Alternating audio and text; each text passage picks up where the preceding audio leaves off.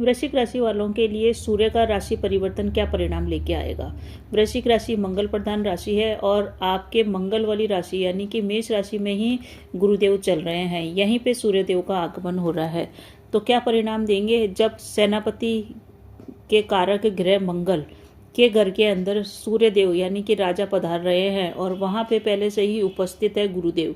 तो गुरु का साथ मिलेगा सूर्य को और सेनापति उनकी अगुवाई करने के लिए उपस्थित हैं। तो सेनापति के घर में आ रहे हैं तो श्रेष्ठ परिणाम आपको देके जाएंगे। कहाँ कहाँ से मिलेगा फायदा और कैसे आप इस गोचर का शानदार परिणाम प्राप्त कर सकते हैं, सभी पॉइंट्स मैं बताऊंगी ताकि आपको ये गोचर आपका व्यर्थ नहीं जाए।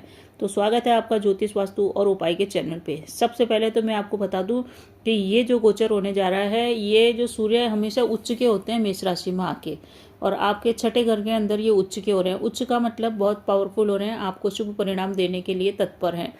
ये जो गोचर हो रहा है इस बार ये बहुत ही खास है क्योंकि ये 13 साल के बाद हो रहा है। 13 साल पहले भी गुरु के साथ सूर्यदेव आए थे और अब वापस 13 साल के बाद ये टाइम मिलेगा। श्रेष्ठ समय है। सूर्यदेव अपने मित्र के घर में जा रहे हैं, मंगल के घर में, जो ग्रहों में सेनापति का दर्जा प्राप्त है। वहाँ पे मेष राशि में पहले से ही विराजमान है गुरुदेव और सूर्यदेव वहाँ पे जाके उच्चता को प्राप्त करेंगे। उच्चता मतलब कि वहाँ पे उनको मान सम्मान बड़ा मिलेगा, गुरु के द्वारा भी उनको मान सम्मान मिलेगा। और सेनापति के घर में है तो सेनापति के घर में राजा का मान सम्मान वैसे भी होता है। राशि वालों के लिए देखा जाए तो उनके जो राशि के लॉर्ड है वो मंगल है और ग्रहों के सेनापति और गुरुदेव की यहाँ पे मुलाकात हो रही है। तो बहुत ही योगकारक समय है।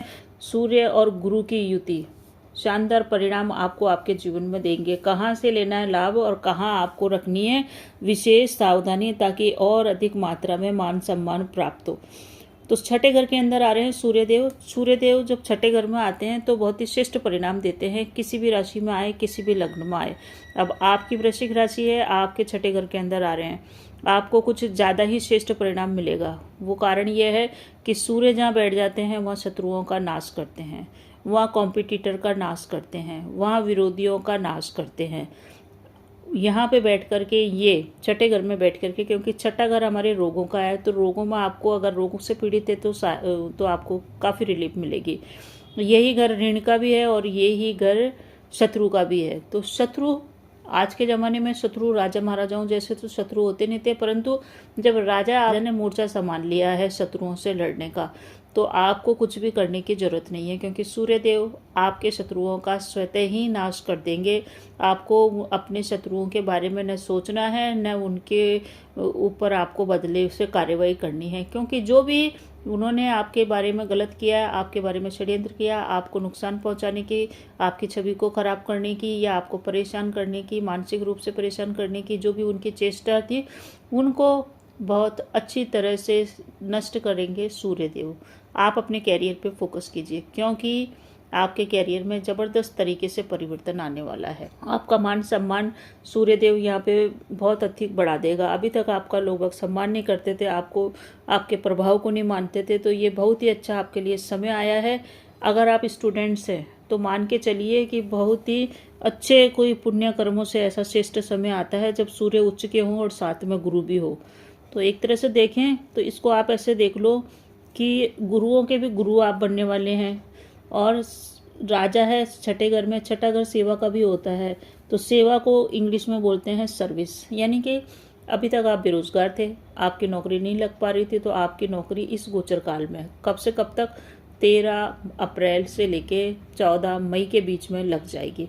इसी दौरान अगर आपका कोई कंपटीशन होता है किसी एग्ज़ाम का, सरकारी एग्ज़ाम का, सरकारी टीचर का, तो मान के चलिए कि आपका सिलेक्शन पक्का है क्योंकि सूर्यदेव आपके कॉम्पिटिटर, आपके शत्रु, आपकी प्रतियोगिता में बैठने वाले जो भी कॉम्पिटिटर हैं उन्हीं को आजकल शत्रु कहते हैं। जो हम एग्जाम में बैठ रहे हैं, दूसरे भी एग्जाम में बैठ रहे हैं, पोस्ट एक ही है, तो अब सिलेक्शन किसका होएगा? तो कॉम्पिटिटर को ये सूर्यदेव आपके नष्ट कर देंगे और आपका पेपर बहुत शानदार जाने वाला है क्योंकि सूर्यदेव सरकारी नौकरी के कारक है, मान सम्मान के कारक है, तो ये आपको सफलता देंगे कॉम्पिटिशन में। तो स्टूडेंट्स जो लोग हैं जो कहीं कंपटीशन दे रहे हैं, कहीं एडमिशन लेने के लिए कंपटीशन दे रहे हैं, सरकारी जॉब के लिए दे रहे हैं, उनके लिए बहुत ही शानदार गोचर रहने वाला है और उनकी मनोकामनाओं की पूर्ति होगी।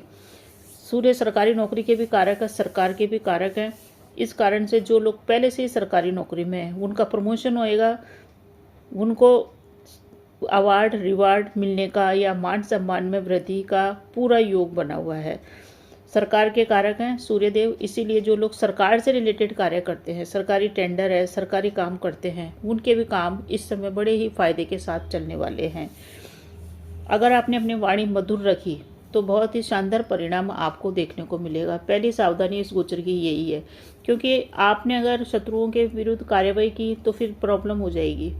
शत्रुओं के विरुद्ध कार्यवाही करने के लिए सूर्यदेव आ गए हैं, उनको गुरु का मार्गदर्शन मिल रहा है, श्रेष्ठ परिणाम आपको मिलेगा। शत्रु अपने आप ही स्वतः ही समूल नष्ट होंगे। अब नक्षत्रों के हिसाब से देख लेते हैं कि सूर्य किन किन नक्षत्रों में गोचर कर रहे हैं।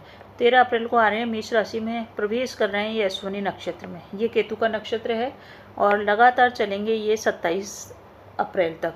तो 13 से 27 अप्रैल का टाइम है, श्रेष्ठ समय है। बहुत ही स्पीडली आप कार्य करेंगे, गति पकड़ेंगे, कैरियर में बहुत जल्दी जल्दी कार्य करके ऊंचाइयों पे आप पहुंच ही जाएंगे। बहुत अच्छा मुनाफा भी अर्जित करेंगे, व्यापार में भी आपके कोई बड़ी डील साइन होएगी और आपके पास धन आता हुआ दिख रहा है।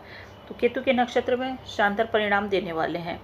उसके बाद ये चलेंगे भरणी नक्षत्र में। भरणी नक्षत्र इंद्रिय सुख का है, यानी कि आपको शारीरिक सुखों की प्राप्ति होगी, मन प्रसन्न रहेगा, शरीर स्वस्थ रहेगा। कुल मिला के देखें तो आपका दाम्पत्य जीवन सुख में रहने वाला है। लव एंड रिलेशनशिप बढ़िया चलेगी।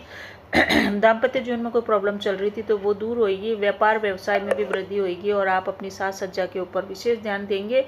आपका व्यक्तित्व आकर्षक रहेगा। इसके बाद सूर्यदेव चले जाएंगे कृत्तिका नक्षत्र में। कृत्तिका नक्षत्र में ही रहेंगे ये 14 मई तक। तो 11 मई से लेके 14 मई तक कृत्तिका नक्षत्र में रहेंगे। ये सूर्य का ही नक्षत्र है। यहाँ आके सूर्यदेव सबसे बढ़िया फल देंगे, बहुत ही शानदार परिणाम देंगे।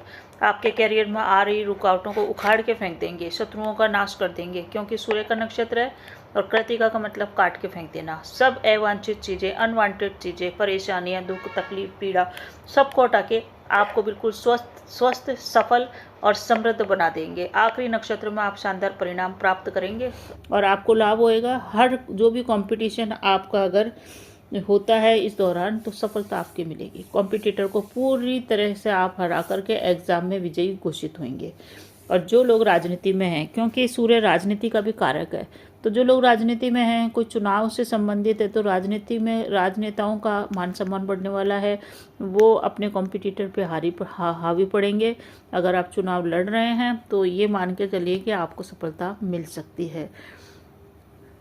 वाणी पे आपको नियंत्रण बना के रखना है। अपनी वाणी में मधुरता रखें, क्योंकि वाणी से भी आपके बहुत सारे परेशानियां हल हो जाएगी। इस गोचर काल में आपको स्वास्थ्य का भी ध्यान रखना है। आपके जोड़ों में दर्द हो सकता है, चोट चपेट का भय बना हुआ है, वहाँ पे भी सावधानी रखनी है। किसी भी प्रकार की कागजी कार्यवाही कर रहे हैं तो सतर्क रहें। पिता का सपोर्ट आपको मिलेगा। आपको क्या करना है, अनुशासन में रहना है। अनुशासन का मतलब सूर्य अनुशासन के कारक है। प्रातः सूर्योदय से पूर्व उठिए, आदित्य हृदय सूत्र का पाठ कीजिए, ये आपके लिए उपाय है। तो सूर्यदेव जब भी छठे घर में आते हैं, एक मैं चर्चा और कर दूं आपको सूर्यदेव की, कि सूर्य क्या है कि क्षत्रिय ग्रह है, और जब ये छठे घर में आते हैं तो इनमें क्षत्रिय गुण उत्पन्न हो जाता है। क्षत्रिय मतलब लड़ने वाला गुण, जो राजपूतों में होता है। क्षत्रियों का मतलब युद्ध करना। तो ये प्लानेट में क्षत्रिय गुण आ जाते हैं और यहाँ आकर ये इसी कारण से ये व्यक्ति के शत्रुओं को नष्ट करता है। भगवान राम ने भी रावण पे विजय प्राप्त करने के लिए सूर्य आराधना की थी। इसलिए आप भी आदित्य हृदय सूत्र का पाठ कीजिए, कंपटीशन में सक्सेस प्राप्त करने के लिए, राजनीति में सक्सेस प्राप्त करने के लिए। सूर्य का ये सबसे बढ़िया घर है। जब ये सूर्य छठे घर में आते हैं तो श्रेष्ठ परिणाम देते हैं।